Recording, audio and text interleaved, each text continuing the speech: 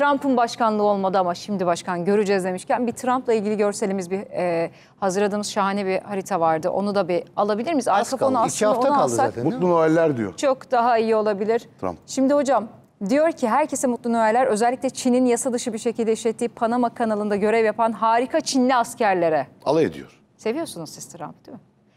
Tarzını seviyorum. Evet, yani tarzını seviyorsunuz. 110 yıl önce inşasında 38 bin insanımızı kaybettiğimiz bu kanalda demişti. Panama kanalı ile ilgili böyle bir açıklaması vardı. Ki zaten demiş hani biz size orayı verirken Çinli gemiler geçsin bizden şu kadar para alın diye vermedik dedi. Bu görsele dair söyleyeceğinizi merak ediyorum. Bir de birkaç saat önce paylaşımı Trump'ın şöyle: Kanada ABD'nin 51. eyaleti olsa vergileri %60 azaltırdım dedi. Ve ABD ulusal güvenlik amacıyla Grönland'a ihtiyaç duyuyor ve orada olacağız dedi, bir açıklaması var hocam. Ne dersiniz? Trump yine... Nereden başlayalım? İstediğiniz yerden başlayabilirsiniz. Trump çünkü hepsini birbirine bağlıyor zaten. Siz de bağlayacaksınız tamam. eminim. Grönland soğuk turla başla. Şimdi Grönland'la başlayalım. Hemen tamam. Sağınızda sizin. Onunla ilgili Danimarka Savunma Bakanı dedi ki oranın korunması için... Danimarka'ya bağlı bu arada. Evet evet tabii ki. Dinleyenler için söyleyelim. Ve bu arada Danimarka'nın NATO üyeliği de burayı da kapsıyor. Evet. Bunu da söyleyelim hocam. 1,5 milyar dolarlık savunma paketi hazırlamışlar. Kuzey Atlantik Bank'tı işte. En kuzeyde orası hani. Şu mühim. Grönland'da bağımsızlık hareketleri de çok artmıştı bu arada.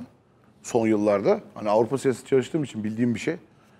Birincisi bu. İkincisi şunu da söyleyelim bu arada. Bakın bu da enteresandır.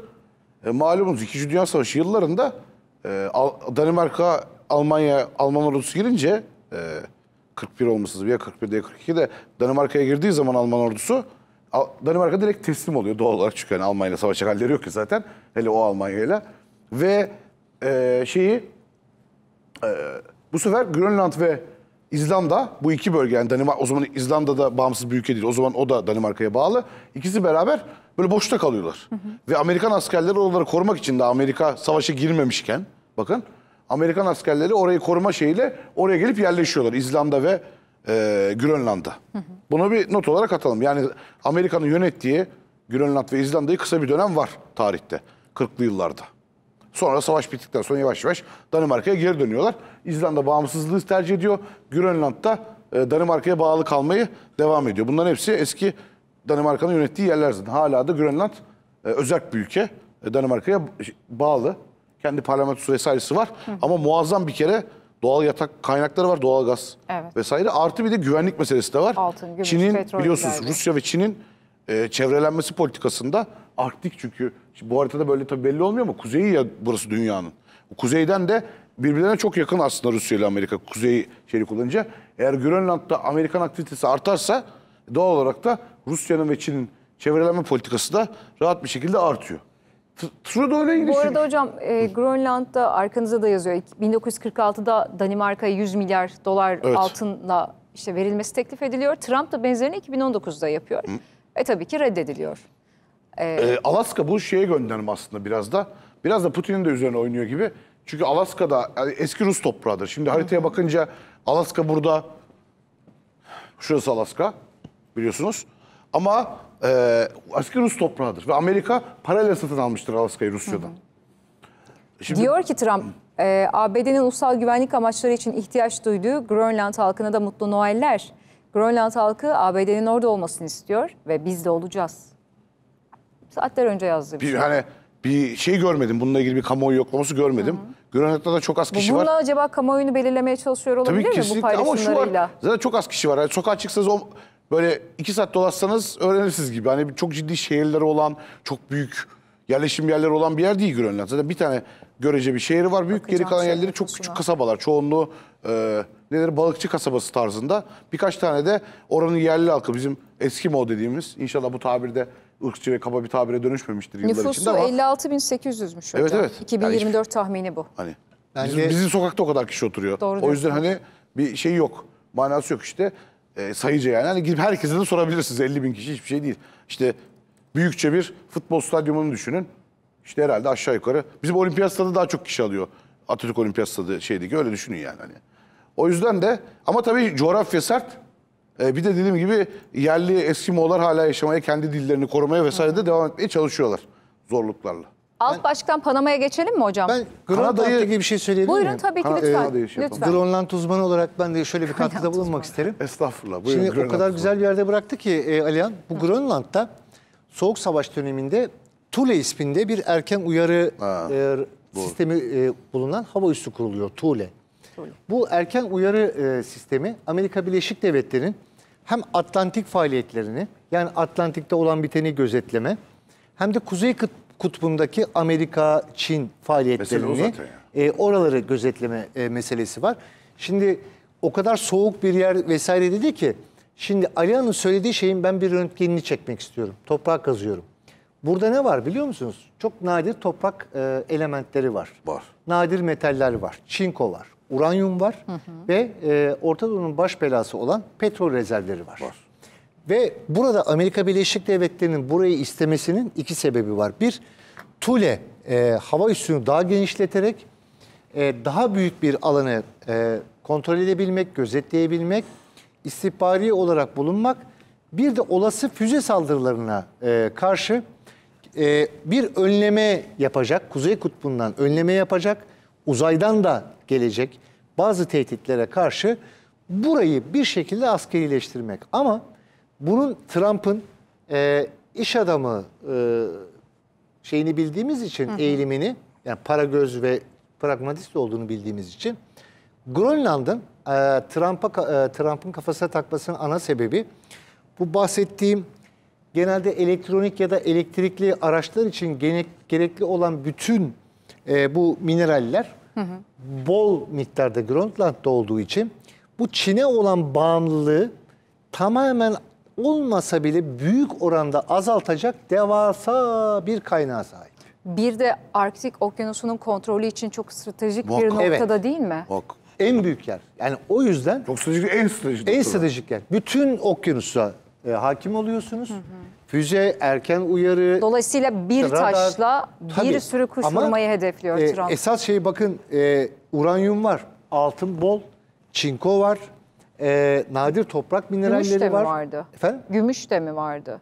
Onu bilmiyorum. Sanki ben ama öyle bir şey okudum çünkü. Onu hatırlamıyorum ama elektrikli araçlarda ve özellikle yenilebilir teknolojiler için gerekli olan bütün toprak ve nadir toprak elementleri Grönland'ın altında. Ben Peki biz Gerçekten bunu araçlara böyle karşıyım o yüzden. konuşuyoruz ya. Biz bunu böyle konuşuyoruz ya. Bunu yapabilir mi? Hayır. Böyle bir güce sahip olur Hayır. mu? Yoksa attığı tweetle söylediği iki cümleyle mi kalır? Hayır. Yani bu zamanda bu işler çok zor. Öyle kolay işler değil ya. NATO üzerinden işte NATO şemsiyesi Danimarka'yı muhtemelen tehdit edecekler.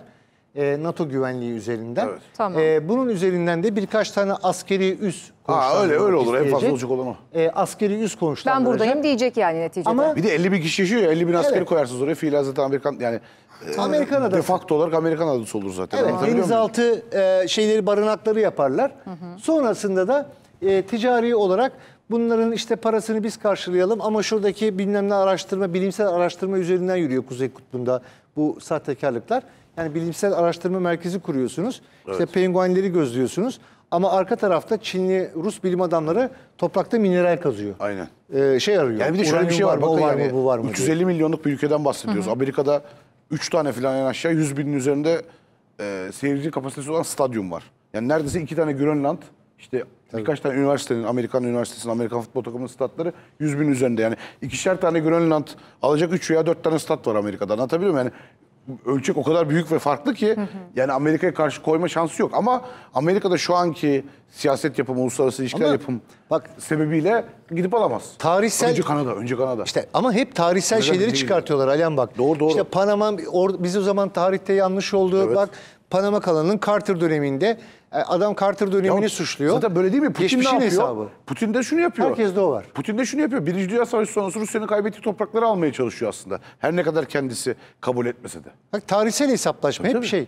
Geçmişinde yapılan bazı tarihsel hatalar. Alihan hocam bırakmayacak oraya geçelim. Ama yani Evet, sıraya tamam. gitmemiz lazım Hadi değil gidelim mi? hocam. Siz de biraz yaklaşır mısınız isterseniz? Tabii. Kanada'ya Karada'ya doğru ortasına gel. doğru görelim Geliyorum, sizi de. gel. Düz geldi. Bak, Şimdi Bana Fransız tarafı neden geldi kimse ama. Kanada'ya her yıl 100 milyar dolar aktardığımızda cevap veremiyor diye sordu ki klasik Trump cümlesi zaten Mete Bey de her seferinde tüccar kimliğine bir vurgu yapıyor. Yo, kendisine. 51 Kanada, 52 Panama, 53 Grönland. Yani Trump'a bakarsanız böyle gidiyor. Tabii onun kafasındaki sıralama böyle Ya bir de olabilir. Trudeau'dan hiç hoşlanmıyor. Tam da onunla ilgili bir şey söyleyeceğim. Mutlu Noeller falan filan kısmı var Panama kanalı ile ilgili. Bir sürü şey yazmış, gündemi hakikaten belirliyor.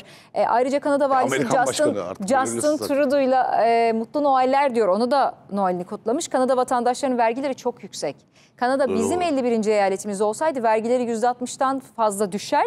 İş yerleri anında 2 katına çıkar. Çok iddialı cümleler ve dünyadaki hiçbir ülkenin sahip olmadığı kadar güçlü bir askeri koruma altında olurdu demiş. Bunlar da görece haklı. Kanada halkını etkilemeye çalışıyor. Ama demek. şöyle bir şey var şimdi. Amerikan kimliğiyle Kanada kimliği. Şimdi kimliğe gelince de benim çalıştığım konu özellikle milliyetçilik ve millet. Çok farklı iki kimlik. Kanadalı kimliğiyle Amerikalı kimliği. Her ne kadar birbirine benziyor. Anlatır mısınız hocam biraz? Bizim- En bizim- büyük zıtlığı ne? Bizim buradan durduğumuz yerden çok farklı gibi gözükmese de ikisinin kendisi arasında çok büyük fark var. En büyük zıtlık şu. Bir kere Amerikan toplumu daha... Ya şu var. Burası çok daha uzun süre İngiliz ve Fransız kontrolünde kaldı. Amerika'ya göre bir. İkincisi bu da kimliğin oluşumunu farklı bir şeye getirdi. İkincisi şu. Trump'ın her ne kadar Trump bir Amerikalı olarak Amerikalı gibi baktığı için işte vergiler iner ve daha rahat iş yeriniz açılır falan diyor ama bu sefer şey gidecek. Mesela Kanada'da ben bile siz bile başınıza bir şey gelse Allah korusun sonsuz bir şey var. Sağlık sistemi var. Sigorta hani bizim SSK hastaneleri gibi yani devlet hastaneleri gibi orada muazzam bir devlet şeyi var. Amerika'da Allah korusun başınıza bir şey gelse böyle binlerce dolar harcamadan hastaneden çıkamıyorsunuz. Mesela çok ciddi farklar var. Kanada daha tırnak içinde bunu söyleyeyim kolay anlaşılsın. Avrupa'ya çok daha benziyor o bakıma. Kanada toplumunun büyük bir kısmı aslında özellikle büyük şehirlerde toplandığı için Toronto'da, Montreal'de, Vancouver'da daha Amerika'nın daha demokrat yani şeye baktığı zaman birazcık daha Kanada Amerika'ya göre daha solda. Ha bu şey demek değil. Amerika'ya çok benziyor. Özellikle Amerika'nın ortasına benzeyen bölgeleri de yok diyor Hocam burada. bu arada sadece Manitoba'da. Trump'ı konuşmuyoruz. Trump'ın oğlu Eric Trump da bir paylaşım yaptı. Buraları satın aldığını babasını gördünüz mü Evet, onu? evet. Bir alabilir miyim yönetmenim o görseli ben? Hakikaten artık böyle müstehzi mi denir buna ne denir? Kanada'yı, Grönland'ı ve Panama kanalını babasının telefonunda görebiliyorsunuz hemen orada Trump'ın önünde zaten. Bunu paylaştı. Ben şaka Trump'ın yapmıştım. oğlu. 51 Kanada, 52 Grönland, 53 Panama diye adam. Sıralamanız ciddi- bile nokta atışı.